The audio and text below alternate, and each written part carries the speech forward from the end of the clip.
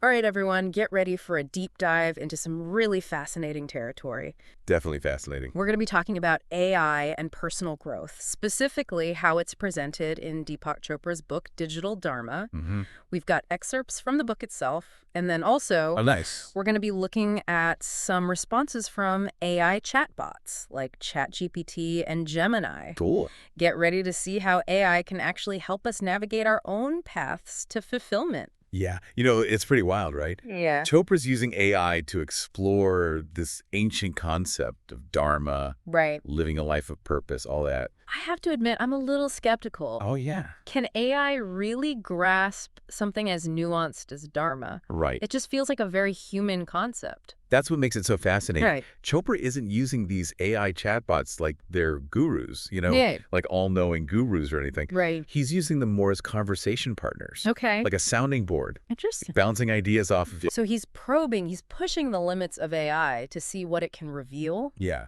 about our own search for purpose. exactly. But before we go any further, Okay. let's break it down for our listeners. Yeah, good idea. What exactly is Dharma? Right. And how does it relate to your life? Well, Dharma is about finding that unique path in life, Okay. the one that really aligns with your values, your talents, and your purpose. Right. It's about feeling fulfilled and making a positive impact on the world, too. Mm-hmm. Think about those times you felt really joyful Yeah. or content and aligned with what you were doing. Yeah. That's a glimpse of what it means to be in your Dharma. I like that. And, Chopra, even with the help of Gemini, defines Swarupa. Swarupa. Yeah, literally the pull of the self, I like that driving force behind personal evolution. So it's like this inner magnet drawing us towards our true selves. Yeah, exactly. But how does Chopra actually use AI to explore all of this? He gets really creative with it, Right. In one section, he actually asks Gemini for 7 ways to live your personal Dharma. 7 ways. 7 ways. Give us the highlights. Okay. What are some of the ways AI suggests we can tap into our Dharma? Okay, well, one that really stood out to me, especially considering our listeners and their desire for personal growth, Yeah. is this emphasis on self-discovery. Okay. Both Chopra and Gemini highlight practices like meditation, Right. journaling, things like that, as crucial for understanding your values and identifying what brings you joy. So it's not just about blindly following some predetermined path. No. It's about taking the time to get clear on Yeah. who you are Exactly. and what you're meant to do. Yeah. What else does Chopra's digital guru reveal? Well, another key aspect is the importance of expressing your unique talents and gifts. Right. So this idea that everyone has something special to offer. Exactly. And it's about finding what that is. Yeah. And sharing it with the world. That's Dharma. It reminds me of that saying, the meaning of life is to find your gift. The purpose of life is to give it away. Love that. So it's not just about what you get, it's about what you give back. Mm-hmm. I love that. Yeah. Now, I'm curious, does Chopra give us any sort of test or assessment to see if we're actually living our Dharma He does, yeah. with the help of AI or? He does. Okay. There's a quiz in Digital Dharma called Are You in Your Dharma?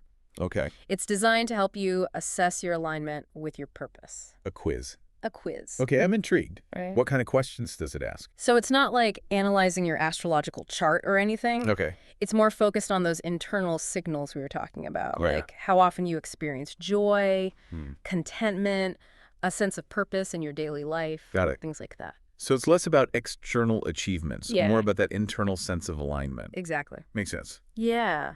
Earlier you mentioned that Chopra used AI to generate inspirational quotes about Dharma. Oh, yeah. What kind of wisdom did his digital guru dig up? Amazing. Yeah. The AI pulled from this really interesting diversity of sources. So we're seeing figures like Joseph Campbell, Rabindranath Tagore, Okay. even Oprah.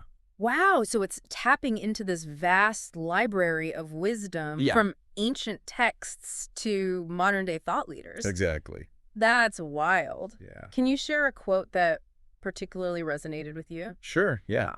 So this one I really like is from Joseph Campbell. Okay. He says, "Follow your bliss and don't be afraid, and doors will open where you didn't know they were going to be." I love that. Yeah. That's beautiful. It really captures that sense of trusting your intuition and taking that leap of faith, even when you're not sure where it's going to lead. Right. But it's not always easy to just follow your bliss, right? Right. There are often obstacles in the way. Yeah, for sure. Does Chopra address that? He does. Does he offer any practical strategies for actually living our Dharma? Absolutely, and AI actually plays a really interesting role in shaping those strategies. Okay, so here's where it gets interesting. Yeah. We're not just talking about the what of Dharma anymore. We're Ooh. getting into the how. Exactly. All right. What are some of the key takeaways? Okay, How do we actually put this into practice? so Chopra identifies these two core concepts that he calls the I and the it. Okay. And understanding those is essential for navigating the path of Dharma. The I and the it. Yeah, That sounds a little cryptic. a little bit. Can you break that down for our listener? Sure. What do those terms actually represent? Okay, so think of it this way. Okay. The I is your ego, Okay. that part of you focused on safety, predictability, and fulfilling desires. Okay. It's that voice in your head that's always saying, I want this or I need that. Oh, the ego, yeah. Yeah. We all know that voice. It can be pretty demanding. It can. So then there's the it. Okay, so what about the it? Yeah, it is something much bigger. Okay. It's about expanded awareness, Okay. that evolutionary impulse within you, Right. the pull towards your true self, your purpose. So it's almost like the classic angel and devil on your shoulder, Right. but with a Chopra twist. Yes. You've got the ego, the I, that wants to stay comfortable, play it safe, Mm-hmm. and then you've got the it pushing you towards growth. Yeah, urging you to step outside your comfort zone. I can definitely relate to that. Oh, yeah. It's that constant battle Yeah. between playing it safe and taking risks, Right. seeking comfort versus pursuing growth. Mm-hmm. So how do we actually navigate this tension? Well, Does Chopra offer any guidance on how to prioritize the it over the I? he does. Yeah. And believe it or not, the strategies he outlines with AI's help can be applied directly to your everyday life. The first strategy, it's all about embracing change. Okay. It's about shifting from, resisting change Yeah. to welcoming the unknown Okay. as a source of growth. I like it in theory, Yeah, but change can be kind of scary. it can be a little scary. So embracing change, easier said than done, right? Yeah. Does Chopra, with his AI insights, acknowledge that fear at all? He does. He does. Okay. In fact, he asks ChatGPT Oh, wow. to describe what it feels like to resist change. Okay. And you know what? Yeah. The AI's response is so relatable. Really? It talks about this clinging to familiarity in this storm of uncertainty. Right. All the tension and anxiety that comes up when you're facing the unknown. That's so true. Yeah. It's that feeling of wanting to hold on to what's comfortable, Exactly. even if it's not serving us anymore. Yeah, yeah. But how do we overcome that? Yeah. How do we learn to embrace change? Chopra and the AI both emphasize that, Yeah. change is inevitable. It's going to happen. It's going to happen. Yeah. It's a constant. Right. And resisting it only creates suffering. Right. So if we can shift our perspective and choose to see change as an opportunity Yeah. for growth. For learning. Yeah. Okay. So it's about reframing. Yeah, it's a mindset shift. Okay. Changing how we view change. Does he give any practical tips? He does. Sure. One suggestion is to start small. Okay. Don't overhaul your entire life. Yeah. That sounds overwhelming. Yeah, pick one area where you want to make a change Okay. and focus your energy there. So baby steps. Beta. It's much less daunting Exactly. than trying to tackle everything at once. Yeah. What about the second strategy? Okay, so the second one Yeah. builds on the I and the it concept, Right. Taming the ego. taming the ego. Which sounds like a tall order, frankly. It is. It is. Any practical tips on how to actually do that? So one approach Chopra highlights is becoming aware of the ego's language. Oh, okay. He provides this list of verbal formulas Uh-huh. that the ego uses. Give us an example. So things like, I deserve this, Oh, yeah. I need that. I know those. Or, not fair. I hear those all the time. So familiar, and they kind of sneak up on you. They do. Like, 1 minute you're fine, the next your ego has you Totally. riled up. Yeah, yeah. How do we stop those thoughts Well, from taking over? Chopra, with the help of AI, again, Yeah. really highlights that simply becoming aware of them. Okay. That's a really powerful first step. Okay, just noticing it. Noticing it. Yeah. And once you do, Yeah. you can start to question them. Okay. Like, ask yourself, is this thought really serving me? Is it aligned with my true self, with the it? Or is this just my ego trying to protect itself? That's a great point. Yeah. It's about hitting the pause button on those automatic thoughts. Yeah. And choosing not to buy into them. Yeah. What about the third strategy? Okay, the third strategy. What's Chopra's final piece of advice for aligning with our Dharma? This one's about cultivating resilience, Okay. learning to bend and bounce back from challenges. Chopra uses this beautiful analogy from Confucius. Ah, I like Confucius. He says, the green reed that bends in the wind is stronger than the mighty oak that breaks in a storm. I love that. Yeah. It's so true. It's about being flexible, you know? Right. Adaptable. Right. Not letting the inevitable storms of life break us. Exactly. But how do we develop that kind of resilience? Oh. Does Chopra have any suggestions? He does. He suggests we study the traits of centenarians. Centenarians. Yeah. People who've lived to be 100. 100 or more. Wow. Okay. They've weathered so many storms. Yeah, they have embodiments of resilience. Exactly. So it's about learning from those who've mastered the art of resilience. What are some of the key traits? What makes them so resilient? Chopra points to several qualities, and he backs it up with insights from AI. Okay. Centenarians often have a really positive outlook on life. Okay. They're adaptable to change, and they have really strong emotional regulation skills. So it's a combination of mindset, flexibility, and emotional intelligence. Exactly. It's encouraging to know that those aren't just innate traits, you know? They're things we can cultivate. Yeah, they're skills that we can develop. Exactly. Chopra emphasizes that resilience is a skill, just like any other. Okay. And he offers practices like mindfulness, gratitude, and self-compassion to help us build that resilience. I like those. Yeah. Those are good ones. Good stuff. This is all so insightful. I do have to ask, was all this talk about AI as a guide, you know, all these strategies for personal growth, does Chopra ever address that concern that technology might be taking over? He does. What about the role of our own consciousness? Yeah, that's a really important point. Yeah. And he doesn't shy away from it at all. Okay. He emphasizes that AI is a tool, a powerful one. Yeah. But ultimately, it's our consciousness that shapes our reality. So AI might be the guide, the partner. Yeah. But ultimately, it's up to us to take action, make choices. Exactly. To live our Dharma. You got it. And to illustrate this, Chopra uses this really interesting example. What's that? He asks AI about the nature of mathematics, music. Whoa. And meaning... Deep stuff. Deep stuff, I know. What does AI have to say about that? So Chopra engages both ChatGPT and Gemini in these philosophical conversations. Okay. He asks things like, is mathematics a human invention or a discovery of something that already exists in the universe? Wow.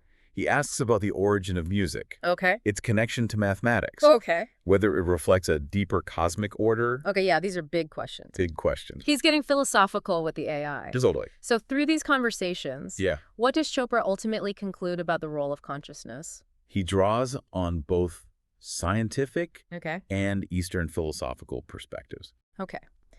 To really highlight the importance of that subjective experience, he points out that science often focuses on objective truth. Right, what can be measured, what can be observed. Right, whereas Eastern philosophy emphasizes the role of consciousness in shaping our reality. So it's not an either-er. Right. It's about recognizing that both perspectives have something to offer. Yeah, and that ultimately it's our own awareness, our own consciousness that determines how we experience the world. Okay, so just to recap. Yeah. What were those 3 strategies for aligning with our Dharma again? Okay, so the 3 key strategies are to embrace change, Okay. to tame the ego, Yeah. and to bend and bounce back. I like it. Yeah. 3 powerful strategies for Those are navigating that path Back of Dharma. of Dharma. It really feels like Chopra is pushing us to reconsider what AI can be. You know, we tend to get caught up in the anxieties of AI taking over, but he's presenting this entirely different perspective. Right. One where AI can actually help us tap into our own potential. Right, and you know what's fascinating is he doesn't just talk about it theoretically. Yeah. He gives concrete examples of how he's using AI in his own life. Right, like those AI-generated guided meditations. Exactly, those are the ones. Tailored to specific themes, like connecting with your higher self. Yeah, it's like having a custom meditation created just for you by AI. Does he go into detail about how those meditations actually work? He does. He describes giving the AI prompts. Okay. Based on principles from Eastern spiritual traditions. So it's not just random AI-generated fluff? No, not at all. Okay. It's grounded in these ancient wisdom traditions. Right, so it gives it another level of depth. Exactly. And then the AI takes those prompts and weaves them into these detailed, evocative meditations. Okay. Visualizations, affirmations, even breathing techniques. It's like the AI is acting as a translator. Yeah. Taking these ancient concepts and making them accessible to a modern audience. Right, through technology. I like that. Yeah. And he doesn't just use AI for meditation, right? No. He also talks about using it to generate personalized affirmations. Oh, interesting. Those positive statements you can repeat to yourself. Right, to challenge those negative thought patterns. Exactly, like little digital pep talks. Yeah. To keep you motivated and focused on your goals. And help you stay aligned with your Dharma. Exactly. So cool. And there's more. What else? Quizzes. Oh. Quizzes designed to help you assess your progress on your dharmic path. So it's like having a digital Dharma coach. Exactly, giving you feedback. Guiding you along the way. Mm-hmm.